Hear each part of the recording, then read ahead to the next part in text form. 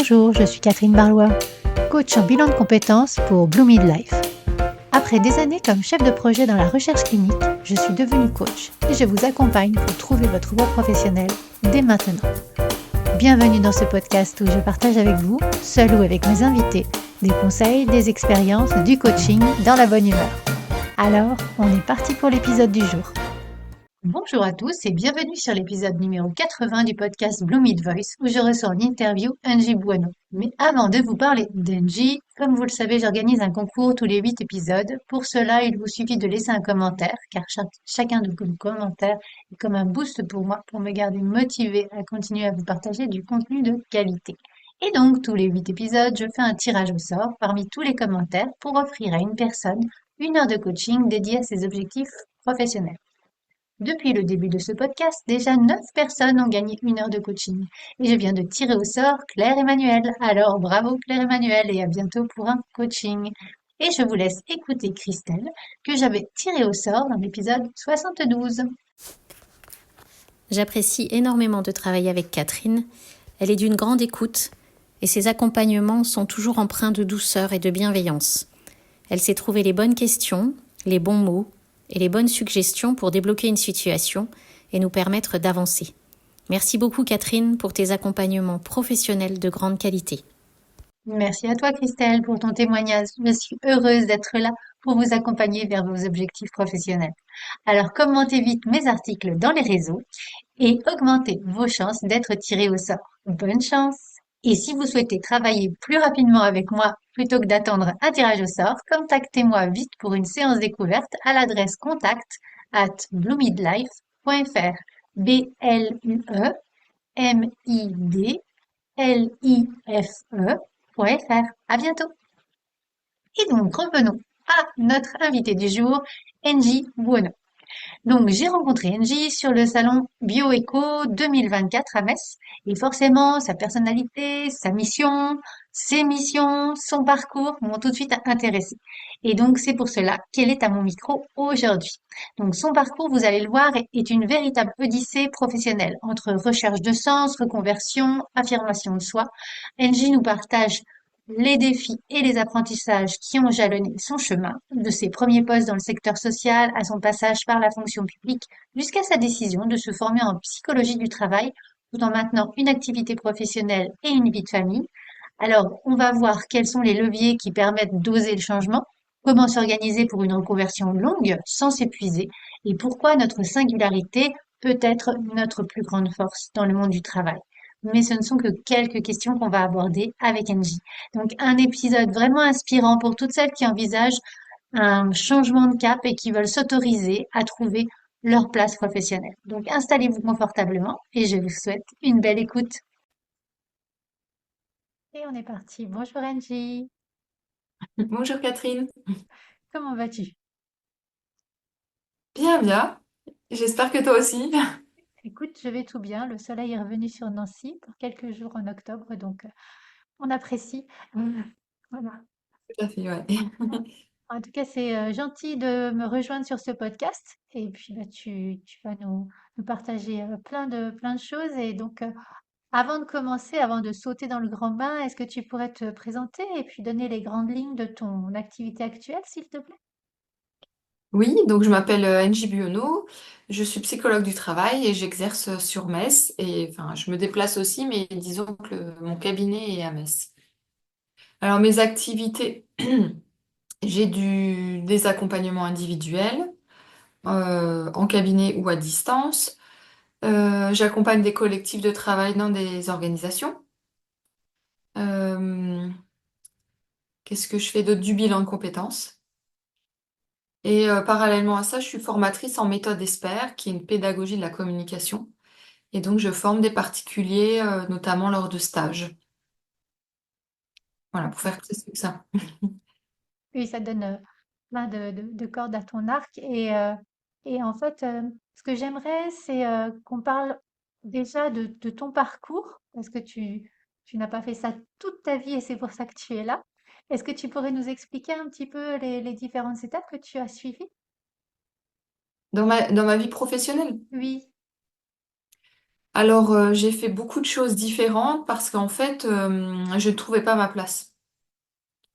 Euh, Moi, j'étais dans une famille où on n'amenait pas les enfants à vraiment à des grandes études. Et donc, j'ai travaillé très tôt, à 17 ans, mais j'ai suivi des amis à l'université, en fac,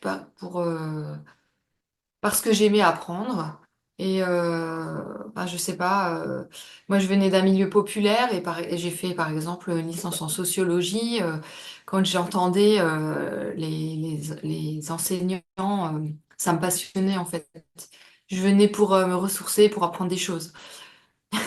Donc donc tu vois, ça va être un peu bizarre, enfin particulier le rapport à l'école, mais pour moi c'était comme ça. Et puis parallèlement à ça, je travaillais en centre social, dans ce qu'on appelait une ZEP.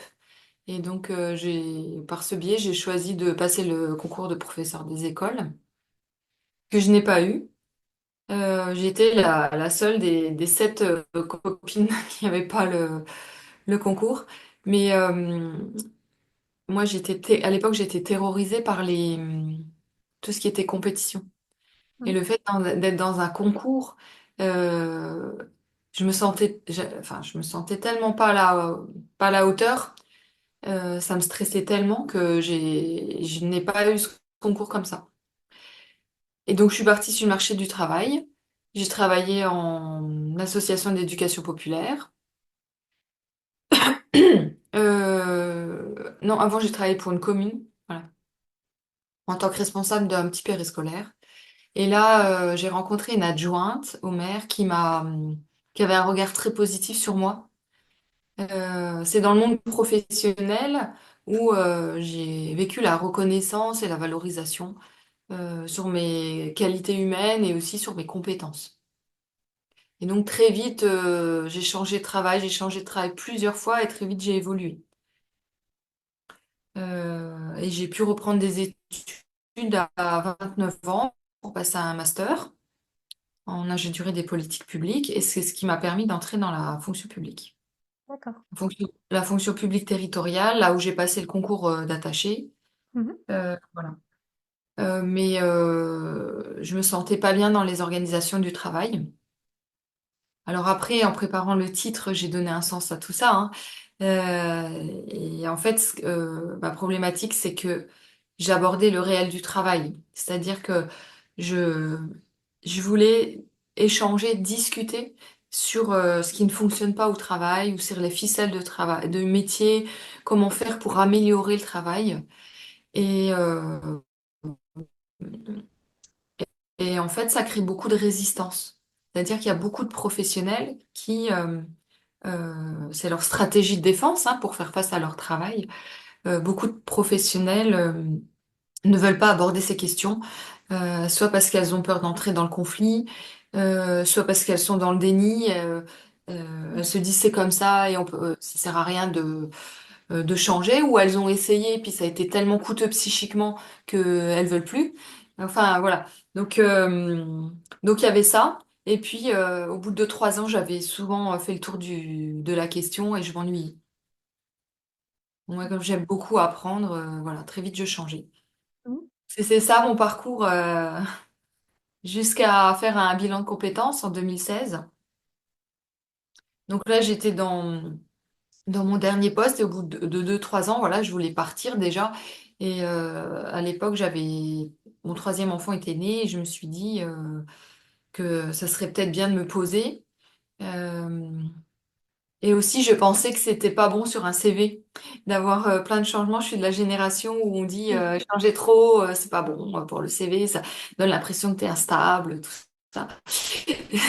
Donc, je me suis dit, NJ, fais comme les autres. Dans un travail, il y a du bon et du moins bon et tu dois composer avec ça. Et donc, j'ai fait un bilan, voilà, qui m'a amené à deux choses.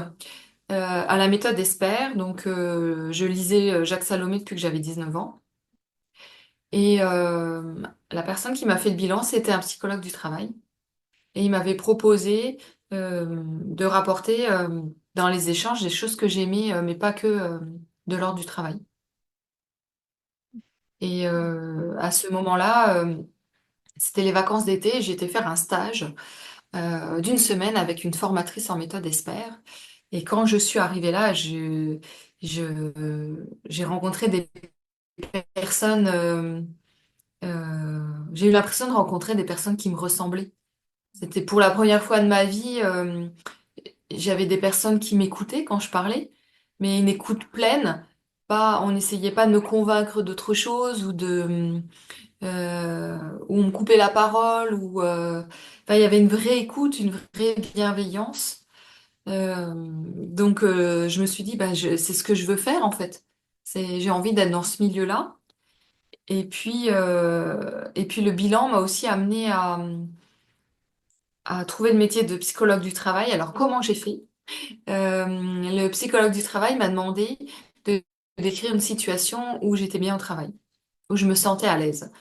Et c'était euh, eh ben, de me saisir des problématiques des agents, de mes collègues, et collectivement d'en faire quelque chose, de trouver des solutions ensemble et pour sortir de ce sentiment d'impuissance que moi je vivais tout le temps dans les organisations et qui m'a beaucoup coûté psychiquement et de faire ça collectivement, ça me portait. Et donc c'est ce que fait principalement le psychologue du travail. Donc, tu étais vraiment amenée vers cette voie-là. Voilà. Et donc, le fait d'avoir cet échange avec un psychologue du travail qui, qui m'a fait prendre conscience de mon activité par le dialogue, d'avoir un miroir comme ça m'a aidé à élaborer et jusqu'à m'amener à un nouveau projet professionnel. Voilà. Et donc, au final, ça, ça m'a donné une source de motivation au travail. Euh, et trouver un métier dans lequel je me reconnais. Mais on pourra peut-être en reparler Mmh. après, mais me sentir utile et dans lequel je me reconnais, quoi. Mm. D'accord. Donc là, en fait, j'entends vraiment un parcours super riche. Alors, oui, avec des expériences plus courtes que ce qu'on avait par un moment l'habitude de voir, mais je trouve que 3 ans, voilà, tu fais le tour, tu changes, mais tu es responsable vraiment de ta carrière. Et, euh, et ensuite, en fait, tu es toujours au CNFPT quand tu envisages ta formation de psychologue du travail? Ou tu avais... Oui, donc bah, mon dernier poste, c'était au CNFPT. J'y suis entrée en D'accord. 2013 et en 2016, j'ai fait le bilan, d'ailleurs, qui a été financé par mon employeur. Mhm. Euh, et donc, toute cette reconversion, je l'ai fait pendant que j'étais au CNFPT. D'accord, d'accord. Et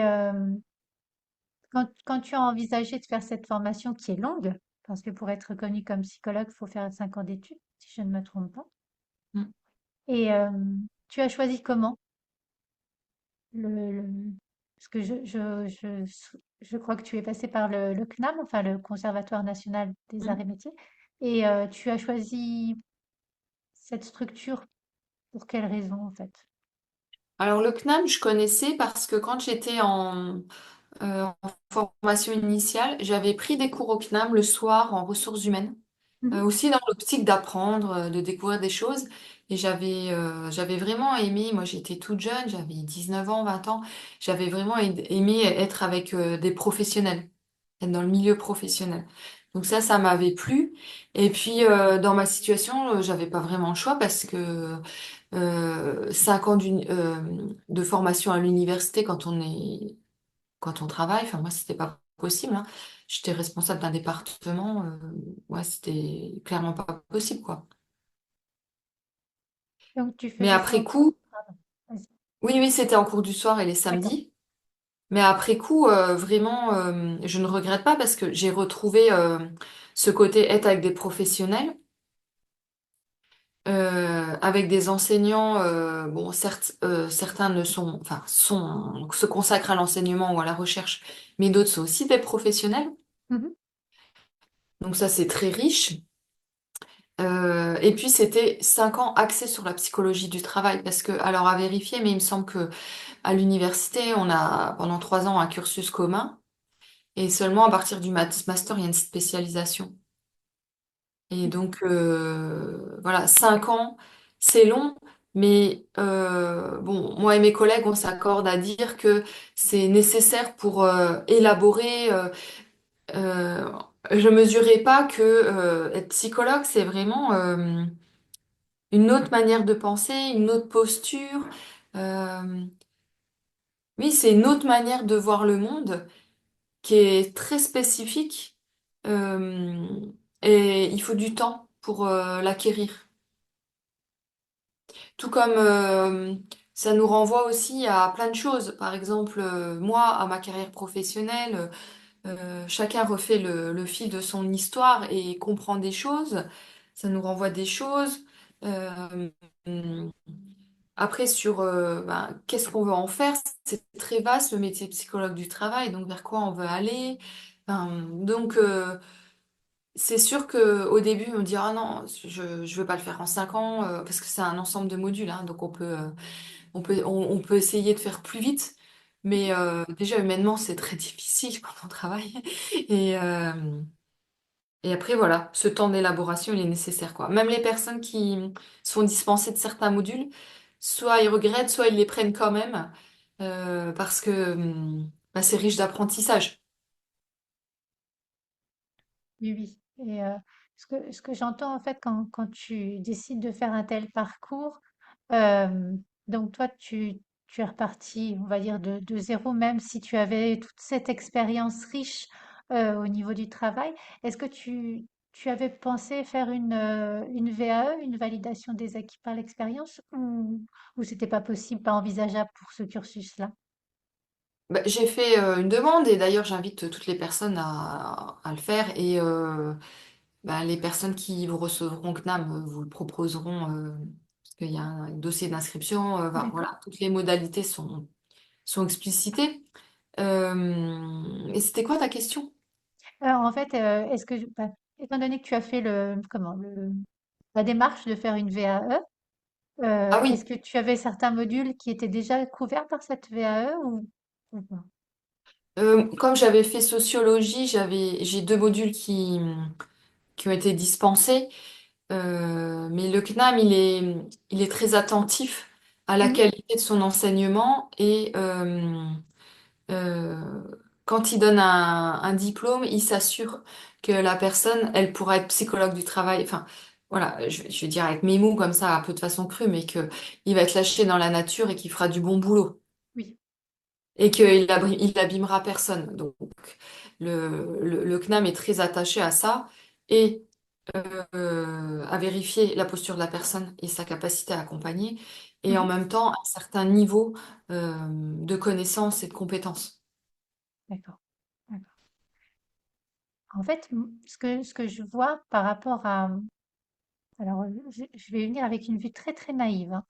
Oui, oui, oui. Euh, Par rapport à ce qu'on voit dans la fac de lettres, donc je montre de ce côté-là parce qu'elle est à 2 pas de chez moi. Euh, C'est des journées très denses. Et là, en fait, toi, tu as déjà tes journées de travail et en plus, tu enchaînes les cours du soir et des cours le samedi. Euh, Ça faisait à peu près quel volume horaire supplémentaire par semaine, tu te souviens? Oui, bah, si vous prenez 2 modules, c'est 2 modules de 3 heures, ça fait 6 heures. Mhm. Et c'est vrai qu'à un moment donné, euh, je suivais les cours et je culpabilisais par exemple de ne pas travailler entre les cours. Et je me suis dit à partir de la deuxième ou troisième année, je me suis dit mais 6 heures, c'est dans la semaine, c'est des gens, c'est le nombre d'heures qu'ils font en journée de travail. Si on cumule 6 heures, c'est quasiment une journée de travail. Donc je me dis, bon, en suivant les cours, c'est 6 jours sur 7. Moi, je suis charge de famille, j'ai un Oui. travail à côté. Et je me suis dit, ben, c'est bien suffisant. Et j'ai fait le choix de vraiment travailler pendant les vacances scolaires. Mhm. C'était ma manière de me préserver. Alors d'autres personnes ont fait d'autres choix, hein. Mais, c'est ce que je me suis dit et c'est ce que j'ai partagé avec mes collègues. Après, c'est aussi un choix. euh, pour moi, c'était une vocation. C'était une vocation, c'était un endroit où je me nourrissais de ce que j'apprenais. Donc, c'était à un moment donné, c'est un choix, c'est-à-dire à la place d'aller me promener, eh ben, j'allais en cours. Et c'est des choix, des priorités qu'on se donne à un moment donné. Donc, on est quand même nourri de ce qu'on apprend. Enfin, moi, ça me nourrissait. Mais effectivement, c'est fatigant et c'est un vrai investissement. Mhm. Donc, moi, j'ai essentiellement les 3 dernières années. euh, déjà, toutes les années, je suis passée au rattrapage parce que je travaillais l'été. Et les 3 dernières années, j'ai même travaillé pendant mes vacances. C'est-à-dire que c'était négocier avec la famille que en vacances, sur le lieu de vacances, j'avais le droit à 2 heures par jour de travail. Oui, Ouais. c'était une organisation non seulement par rapport aux professionnels, mais également au personnel. Et, euh, et oui, c'est 5 ans intenses. À quel moment, en fait, parce que j'entends que bon, il y a la méthodologie de travail, d'apprentissage, puis tu aimes apprendre. Donc, voilà, c'est quelque chose, t'entretiens en fait ta propre machine interne parce que tu lui apportes en fait du biscuit au fur et à mesure. Puis comme tu disais, c'est ta vocation. Euh, mais 5 ans, c'était pas que dans un tunnel. Comment est-ce que tu réussissais à te ressourcer en parallèle? Alors, en fait, ce qui est intéressant, c'est que le parcours nous amène à vivre des choses auxquelles peuvent être confrontés les professionnels, notamment préserver sa santé mentale, Mhm. avoir des lieux de ressourcement, parce que c'est ce que je me suis dit à un moment donné, une psychologue du travail en burn-out, ça le fait pas. Ça va pas être possible. Donc c'est aussi savoir renoncer, se regarder travailler, euh, travailler sur son rapport à son activité. Euh, Son rapport aussi au travail de manière générale, parce que on est aussi issu d'une famille et d'une culture, et donc il y a des choses aussi qui sont transmises par rapport au travail. Par exemple, chez moi, le travail, c'est presque un mode de vie, et puis on ne revient pas sur ses engagements. Donc tout ça, c'est intéressant d'aller voir et de le retravailler. C'est pour ça que je disais, c'est ce parcours-là de 5 ans, il nous permet aussi de se questionner sur certains champs, sur certaines choses qui vont finalement nous armer pour la suite de notre parcours. Oui, en fait, tu as appris beaucoup de choses jusqu'au CNFPT, et puis là, les 5 ans d'études pour devenir psychologue du travail, c'est un peu comme si comme si tu assainissais de nouveau la base de façon à encore mieux accompagner les personnes que tu vas rencontrer une fois que tu seras psychologue du travail. Est-ce que c'est ça? Le fait de travailler C'est sur ça. soi? Alors, du coup, ça me renvoie à des situations où c'était plutôt souffrant pour moi parce que j'ai eu des clés de lecture concernant mon parcours et peut-être de l'indignation ou de la colère par rapport au fonctionnement des organisations, etc. Et alors que j'y étais encore dans ces Mhm. organisations. Donc ça aussi, ça a été difficile à un moment donné de tout ce qui n'allait pas, tout ce qui tiraillait chez moi. J'avais compris, j'avais eu le sens de pourquoi ça tiraillait chez moi et quelles ressources je n'avais pas au travail euh, et donc du coup, ben, c'était encore plus difficile d'y rester parce que voilà, je savais que ça n'allait pas et j'avais les clés de lecture et je devais continuer à y retourner alors que je tendais vers un nouveau métier qui me passionnait. Donc ça, c'est difficile les dernières années de continuer à être dans son travail alors que on a déjà un autre projet. Oui. Mais ça, je pense que c'est toutes les personnes en reconversion professionnelle. Mais dans ma situation particulière, en plus, alors moi, ce qui était souffrant dans ma carrière, c'était tout ce que je voyais et l'impuissance de ne pouvoir pas, de pas pouvoir le changer. Et donc ça, c'est ce qui avait été souffrant. Et après, j'avais les clés de lecture. Donc ouais, ça, c'était dur. C'était dur. Oui, oui, parce que les personnes qui sont en reconversion, elles ont une porte de sortie et puis bon, elles se disent, bon, je vis le quotidien comme il est, mais là, en fait, c'est un peu comme si tu avais une loupe et tu regardais vraiment tous les points qui n'allaient pas. Et, et En fait, je tu suis parlais, sortie du déni. Parce oui, que le bah oui, déni protège. Le déni protège, par exemple. Moi, j'ai plein de professionnels qui me disent oui, bah, l'herbe n'est pas plus verte ailleurs. Ou maintenant, je me dis que c'est alimentaire et puis je fais de la photo en dehors du travail. Euh, Il y a plein de personnes qui mettent ça de côté pour continuer à travailler quand même. Mais moi, j'ai ouvert la boîte de Pandore. ah oui, là, Et tous les jours, je retourne faire des choses alors que je ne suis pas d'accord avec ce que je fais. Donc ça c'est ouais. Challenge, oui. gros challenge. Mais tu sais, on parlait oui, il y a quelques minutes du burn-out parce que en fait, tu étais à fond, à fond, à fond par rapport à l'apprentissage, mais là, il y a quand même une perte de sens qui peut mener aussi à quand même s'y perdre Mhm. par rapport Oui, à... chez moi, c'était le sentiment d'inutilité. C'est-à-dire que j'avais l'impression de travailler beaucoup, euh, beaucoup de tâches, mais à la fin de la journée, euh, c'est comme si j'avais fait tourner la boutique, mais c'était pas du bon travail, pas utile pour la société. Et moi, ça me posait un vrai problème.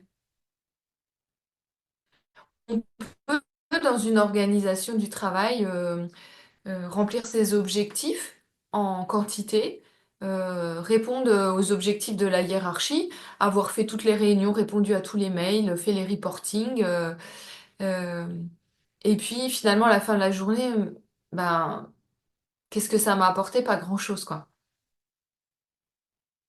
Alors que je voyais d'autres collègues, que ça nourrissait. Mais moi, ça me nourrissait pas. Mm, oui. Euh, c'est vrai qu'une reconversion sur autant d'années, il peut y avoir en fait après un tiraillement vraiment entre qui tu es et ce que tu veux devenir et puis bah, ton ancien toi qui, comme tu disais, qui ne voyait pas, qui était vraiment, mais qui était un peu dans le déni. Et je le sens comme un défi, comme un challenge enfin, qui t'a aidé sur ton chemin. Et, euh, et je pense que tu peux accompagner d'autant mieux les personnes, j'entends le bilan de compétences, mais dans d'autres situations, parce que tu es passé par là. Et est-ce- là, on a parlé de la charge de travail, on a parlé de je reviens dans mon métier actuel et en fait, je m'y sens plus bien. Est-ce que tu vois d'autres défis qui se sont mis sur ta route pendant ta reconversion? Oui, alors je m'étais préparé ça parce que je m'étais dit, euh, c'est important. Alors, ce qui est soutenant pendant la formation, bah déjà, c'est le collectif de personnes avec qui on fait la formation. Mhm, C'est-à-dire que euh, en clinique du travail, on part de l'idée que ce qui est soutenant, c'est les relations interpersonnelles notamment. C'est-à-dire, est-ce que j'ai des pairs avec qui je peux parler de ce qui me préoccupe? mhm, Est-ce que j'ai un espace pour en parler et puis pour en faire quelque chose? C'est-à-dire que ce que je vis, je le partage et les autres me renvoient quelque chose qui va me permettre d'élaborer. Et quand on peut pas changer la situation, bah, ça permet quand même de baisser la charge émotionnelle. Donc ça fait partie de notre travail, de créer des lieux de discussion autour du réel du travail. Et bah, on peut le vivre aussi dans la formation. Donc ça, c'est soutenant. Et puis, c'est aussi important que la sphère personnelle vous soutienne. C'est-à-dire, comme moi, je dis, voilà, OK pour les vacances, mais moi, j'ai besoin de 2 heures par jour pour faire mon truc. Et si la famille n'est pas d'accord ou si elle n'est pas soutenante, ça va être encore plus difficile, quoi. Donc ça, Mhm. c'est important d'en parler en amont et de le négocier sur des temps, voilà. Euh,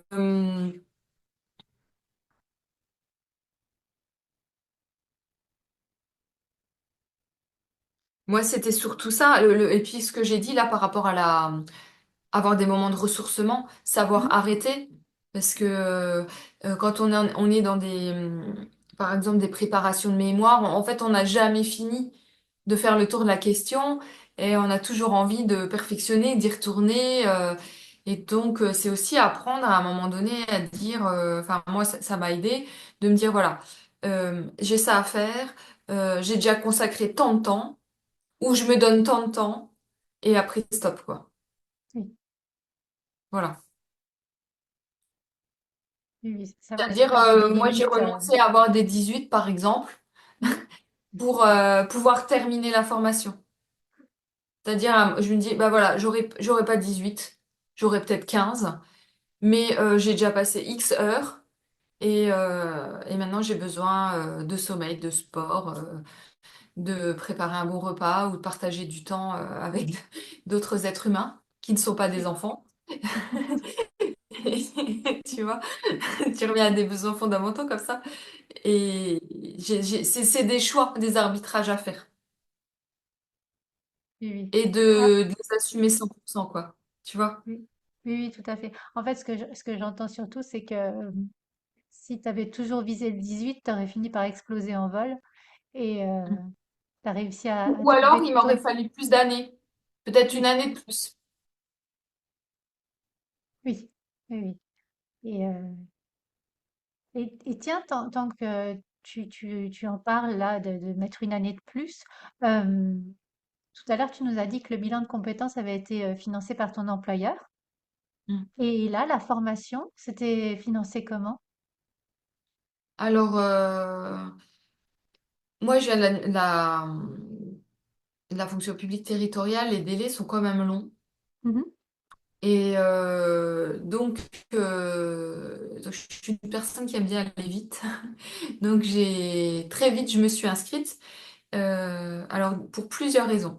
Déjà, la première raison, c'est que j'ai mis longtemps à assumer ce projet professionnel. Euh, Déjà, j'ai commencé, j'avais 41 ans, je crois, la formation. mhm. Je ne savais pas si j'étais encore capable de passer des examens, d'apprendre des choses, de comprendre. Et puis, j'étais pas sûre que c'était quelque chose qui me plaisait euh, pour en faire un métier. Donc, les 2 premières années, j'ai fait ça de moi-même et je l'ai financé moi-même. Et après, donc, je me suis rendu compte que c'était vraiment une vocation que j'avais envie d'y aller. Mais à l'époque, la chargée accompagnement de carrière a tout fait pour m'en dissuader. Et elle ne voulait pas porter non plus mon projet auprès de l'établissement parce qu'elle considérait qu'il n'y avait pas de débouché. Elle disait que c'était un métier qui n'avait pas de débouché, qui avait très peu d'offres et voilà. Et donc la machine administrative s'est mise en route en me demandant des notes d'opportunité, des business plans, etc., etc. Et, euh, et que la date de la commission pour étudier le financement était déjà passée. Enfin voilà. Et donc là, moi, j'ai eu la chance. Mon manager, c'était la directrice régionale. J'ai eu la chance d'être entendue sur ce projet. Et donc, elle a partagé avec le service RH sur ce projet et qu'est-ce qui était bloquant. Et Mhm. j'ai pu avoir un financement pour les 2 dernières années. D'accord, pour les 2 dernières années. Et, euh, et donc là, en Et fait, donc ça, c'était important. Oui, alors ça, c'était important pour moi. C'est un événement important parce que c'était un positionnement de dire euh, je veux un financement pour reconversion professionnelle. Ça mhm, veut dire je veux partir. Quelque part, ça, c'est annoncer un départ sans savoir si j'allais réussir et si j'allais en faire quelque chose. Donc c'était déjà une prise de risque. Et ça aussi, ça m'a aussi permis de négocier une baisse de temps de travail. Donc d'être d'accord. à 80%. Et ce qui s'est passé aussi, c'est qu'il y a une grosse réorganisation où on a voulu me confier un plus grand territoire et une plus grande équipe. Mhm. Et j'ai fait un choix en me disant que non, j'avais aucune motivation à faire ça. M'ennuyais déjà tellement dans mon travail. Et donc là, il y avait un nouveau manager, un directeur régional.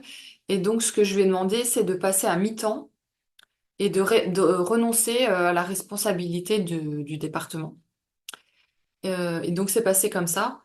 Et la dernière année, c'est ce que j'ai fait. Et c'est ce qui m'a permis de terminer le diplôme. Parce que déjà, j'étais en baisse d'énergie. Mhm. J'avais été malade, donc j'avais besoin de me reposer. Mais surtout, il me fallait du temps, quoi. Et du temps, j'en avais pas assez. Donc j'ai fait ce choix financier aussi la dernière année. Oui, oui. Mm. En parallèle du financement, tu as baissé ton salaire pour avoir plus de temps et donc un équilibre peut-être meilleur au niveau perso-pro et aussi apprentissage. D'accord. Et donc par Et rapport ça, à... ça a fait mon départ.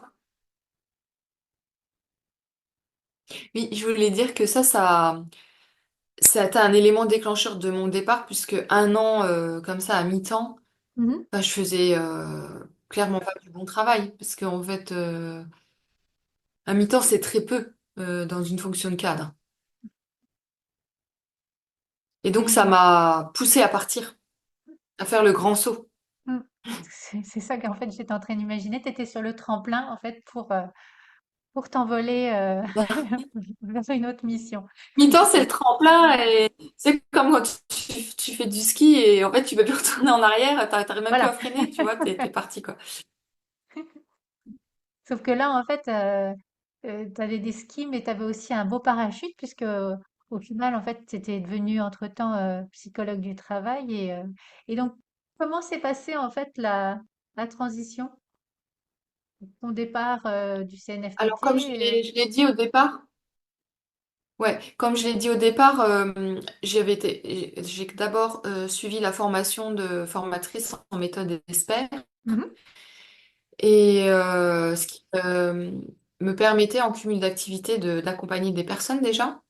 Donc moi, j'accompagne des personnes depuis 2017, même mhm, si c'était très peu, mais ça m'a permis d'avoir beaucoup de pratiques, de trouver un lieu, de créer mon auto-entreprise.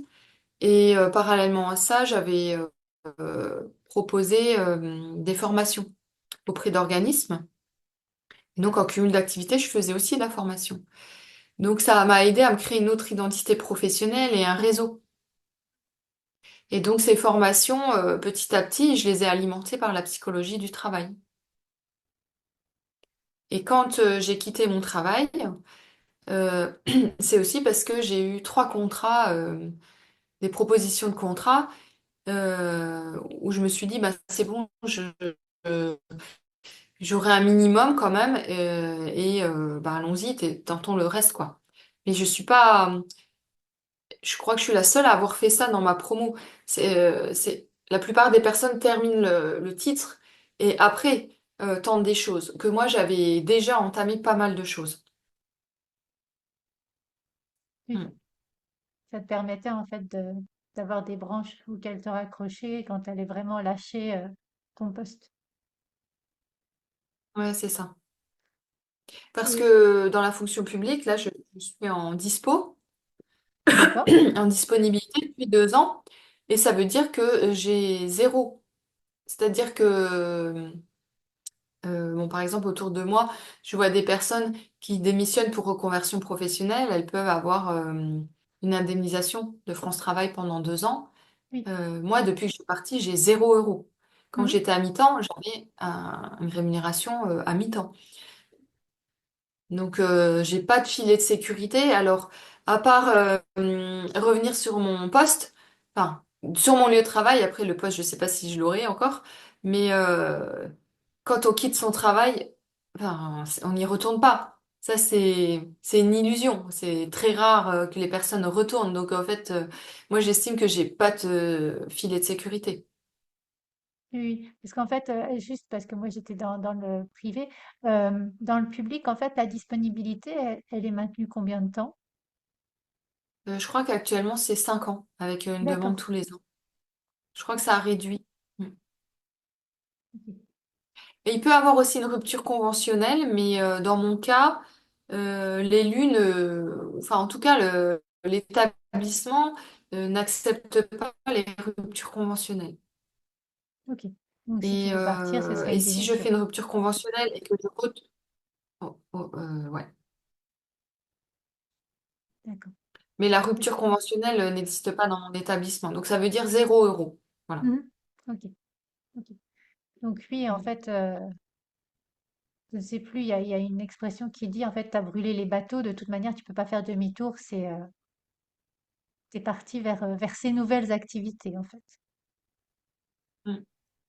Peut-être que j'y retournerai, je ne sais pas. Mais ça serait vraiment très difficile à vivre, quoi. Ça voudrait dire que le projet vers lequel je vais n'a pas abouti, quoi. Mhm. Ça serait très dur, quoi. Mm. Parce que Et c'est quand même la première fois de ma vie que je me vois faire ce métier jusqu'à ma retraite, quoi. Ça n'est jamais arrivé. Je ne vois pas l'ennui ou je me vois plus faire autre chose. oui, c'est quelque chose qu'on peut célébrer parce que c'est assez rare maintenant de voir des gens qui s'épanouissent dans leur nouvelle mission et bon, c'est un peu notre rôle à toutes les deux, hein, c'est d'accompagner vers quelque chose d'autre quand on est dans le bilan de compétences. Et par rapport à ce que tu viens de nous partager, j'ai juste une question, toujours parce que j'étais dans le privé, donc du coup je me rends pas compte. La fonction de psychologue du travail au CNFPT, est-ce que tu aurais moyen d'avoir des missions ou directement d'intervenir dans ton ancienne structure? Disons que ça fait quand même un conflit d'intérêts. D'accord. Oui, parce que tu as toujours ce fil à la patte de la disponibilité ou... Euh, je pensais quand j'étais au CNFPT, si j'avais pu prendre un Ah oui, poste de non, psy. non, non, maintenant, si, est-ce que Ah, tu pourrais avoir des missions? Je ne sais pas hein, comment peut intervenir un psychologue du travail, parce que est-ce que tu serais, est-ce que tu pourrais avoir des demandes? formatrice. Mhm. Ah, on a eu une coupure. Oui. Je me dis peut-être oui en tant que formatrice ou, ou peut-être sur des missions. Euh, je sais pas comment. Je pense que la commission déontologie y réfléchirait. Mhm. Ouais, D'accord. je sais pas. Mm. Euh, Tu nous as parlé un petit peu comment tu organisais ta vie pendant la reconversion, enfin les études qui t'ont permis d'entamer ensuite cette reconversion qui t'épanouit, je l'entends. Est-ce que tu aurais des conseils à partager pour ceux qui envisagent une formation longue? Alors ça peut être psychologue du travail ou autre, tout en travaillant en fait, parce que c'est quand même quelque chose qui amène une charge mentale. Et est-ce que tu aurais des stratégies ou des conseils à leur partager? Bah, donc, comme je t'ai dit, hein, le fait de partager ça avec la famille pour que chacun se rende compte de ce qui va se passer et comment chacun peut y faire face, Mhm.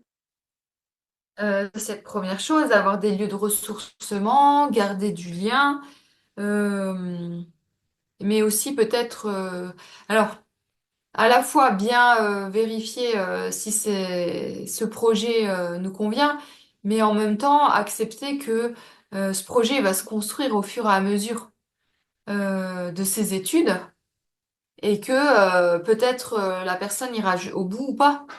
Oui, Parce qu'il y a des personnes qui arrêtent en route, en cours de route, mais euh, si elles n'avaient pas elles n'avaient pas commencé le chemin, elles ne pourraient pas savoir, quoi. Donc c'est aussi accepter ça. Que Mm. Et puis j'ai envie de dire, si on savait à l'avance tout ce qu'on, tout l'investissement et tout ce qu'on vit, je pense que personne ne signerait. Donc c'est bien aussi de pas trop savoir, tu vois. oui, oui, j'imagine. En Tu vois, fait, c'est comme la vie de couple ou j'en sais rien. Tu sais, il y a plein de situations où il vaut mieux pas tout savoir avant. Et découvrir petit à petit au fur et à mesure Ça. que tu avances. Oui. Et là, on a beaucoup parlé de défis, de challenges. J'aime bien aussi voir le côté positif de l'ensemble. Alors, j'ai entendu que cette nouvelle, cette, on va dire, ces nouveaux postes que tu as aussi bien psychologue du travail que formatrice expert. Enfin voilà, tout ça en fait te nourrit. Et durant ta formation, est-ce que tu as vu des beaux moments? Est-ce que tu as croisé des beaux moments? Alors, j'entendais les partages avec tes pairs. Et vas-y, partage-nous d'autres choses. Sur le partage avec les pairs, oui, c'est des moments où, où j'y arrive pas, où j'ai envie d'abandonner et que de travailler dessus ou de partager mon travail avec d'autres et que elle m'aide à me questionner et que sortir de ça, je sais comment avancer, ça Mm. c'est hyper précieux. Ah oui, c'est hyper précieux. Et je me souviens en quatrième année, je devais rendre un rapport suite à une intervention en tant que psychologue du travail. Et 5 jours avant de le rendre, je n'avais rien écrit, j'y arrivais pas. Et j'ai abandonné. Et c'était la première fois de ma vie que je ne terminais pas ce sur quoi je m'étais engagée. Donc c'était très dur, mais j'arrivais pas à réfléchir. Mais je me disais, ben, je sais pas, je suis trop vieille, je sais pas, je comprends plus rien et tout. Et, et, et j'étais très surprise parce que mes enfants sont mobilisés. Ils ont dit, non, mais c'est pas possible, tu vas pas y arriver, tu vas pas arrêter, pas toi et tout. Et donc, en fait, j'ai autour de moi, euh, mes proches, bah, ils m'ont pris par la main et dit, non, maintenant t'y vas. Et je me suis, avec une de mes filles, je me souviens que le matin, je lui expliquais tout ce que je voulais dire. Et elle servait juste à m'écouter. Et du coup, j'avais tout en tête. Et après, je tapais tout. Et c'est comme ça que je l'ai rendu. Et j'ai su un an après que, en fait, j'avais une très grosse anémie. Ah, Et une anémie qui est proche de la transfusion. Hein. Mais je ne le savais pas au moment-là. Et j'ai failli abandonner ce projet parce que je prenais pas soin de ma santé. C'est pour ça que je dis mm, attention quand même à pas négliger. On est la tête dans le guidon, mais surtout nous les femmes, hein, on nous apprend à ne pas nous écouter. Et donc, mm, si j'arrive pas à réfléchir, si je suis fatiguée, si je comprends plus rien, il y a peut-être une bonne raison en fait. oui. Voilà, je suis quand même à 40 ans ou 45 ans, j'ai quand même encore quelques capacités psychiques et si j'arrive plus à réfléchir, c'est peut-être qu'il y a un problème. Une prise de sang, une prise de sang, ça fait pas de mal. Oui. Reprendre la base. Ça c'était Voilà. vraiment ouais, ouais, c'est ça. C'est vraiment le moment fort des études pour moi, ouais. Mm. Ah oui, c'est beau de voir comment tout, tes proches, enfin, je veux dire, tes enfants qui sont là et qui, d'habitude, c'est l'inverse, c'est toi qui les motives en disant, allez, on va faire les devoirs, allez, abandonne pas, allez, vas-y. Et là, en fait, tac, un beau retour mm, naturel Ouais, je me souviens à de la cette source. phrase, ouais, je me souviens de cette phrase, non mais t'as pas fait tout ça pour arrêter, maintenant c'est trop tard, tu finis. C'était assez hallucinant d'entendre des trucs comme ça. Il les avait peut-être entendus quelque part, on ne sait pas. Je sais pas. Tu nous as dit tout à l'heure, en fait, que c'était bien de pas tout savoir au moment où tu as commencé et de découvrir petit à petit. Est-ce qu'il y a quand même quelque chose que tu aurais aimé savoir avant de commencer ta reconversion et que tu aimerais partager aux personnes qui nous écoutent? Bah, c'est surtout les clés de compréhension de la psychologie du travail. C'est ce que j'essaie de transmettre. Euh, Qu'est-ce qu'on vit quand on est au travail? Pourquoi parfois c'est souffrant? De quoi on a besoin? Euh, Comment interpréter quand je vais mal et que je partage, qu'est-ce qui fait que mes collègues ils font semblant de pas entendre? Ou ils se confrontent à moi, etc. Ça, si j'avais su ça pendant que j'étais au travail, dans mes fonctions, dans une organisation, ça m'aurait beaucoup aidé. Parce que moi, ce que je vivais à l'époque, c'est que j'avais l'impression d'être à côté de la plaque, de pas être appréciée ou pas être J'avais l'impression qu'il y avait quelque chose chez moi qui était pas normal, que je comprenais pas pourquoi les autres avaient l'air d'être bien au travail et pas moi. Et ça crée beaucoup d'isolement. On peut le dire à personne. Et de toute façon, j'avais pas les mots, je comprenais pas ce qui se passait, et j'avais l'impression que c'était moi le problème. Alors que c'est le système, c'est l'organisation du travail qui fait qu'à un moment donné, on se sent isolé, qu'on comprend pas. Donc si j'avais eu ces clés de lecture-là, j'aurais beaucoup moins souffert au travail, je pense. Oui, oui. Il y aurait eu moins d'isolement par rapport à ce que tu vivais et le regard que tu avais peut-être aurait permis que tu te comprennes toi déjà et même si les autres te comprennent pas, voilà, ça t'aurait peut-être permis d'apaiser un peu les choses aussi. Mm. Euh, Merci beaucoup, Angie. On arrive tout doucement à la fin de cette interview. Si des personnes souhaitent te contacter, elles peuvent faire comment? Bah, j'ai un site, njbuono.com, où elles peuvent prendre contact, ou LinkedIn, ou enfin sur les réseaux. Voilà. Ok, très bien. Et pour finir, quelle phrase te garde motivée au quotidien? Alors, motivée, je ne sais pas, mais récemment, j'ai lu une phrase de Cocteau qui m'a beaucoup plu. D'ailleurs, j'en ai fait un post. C'est ce que l'on te reproche, cultive-le, c'est toi. Et aujourd'hui, tout ce que m'ont reproché dans mon travail, c'est ce sur quoi on fait appel à moi aujourd'hui dans mon travail. C'est génial. Tu vois?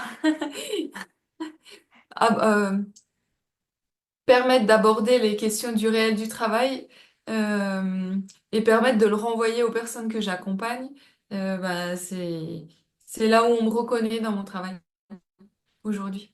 Et Oui. alors c'est pour ça que c'est énorme. C'est ta marque de fabrique en fait. C'était ton ADN. C'est ça. Mais aussi la question de la rareté.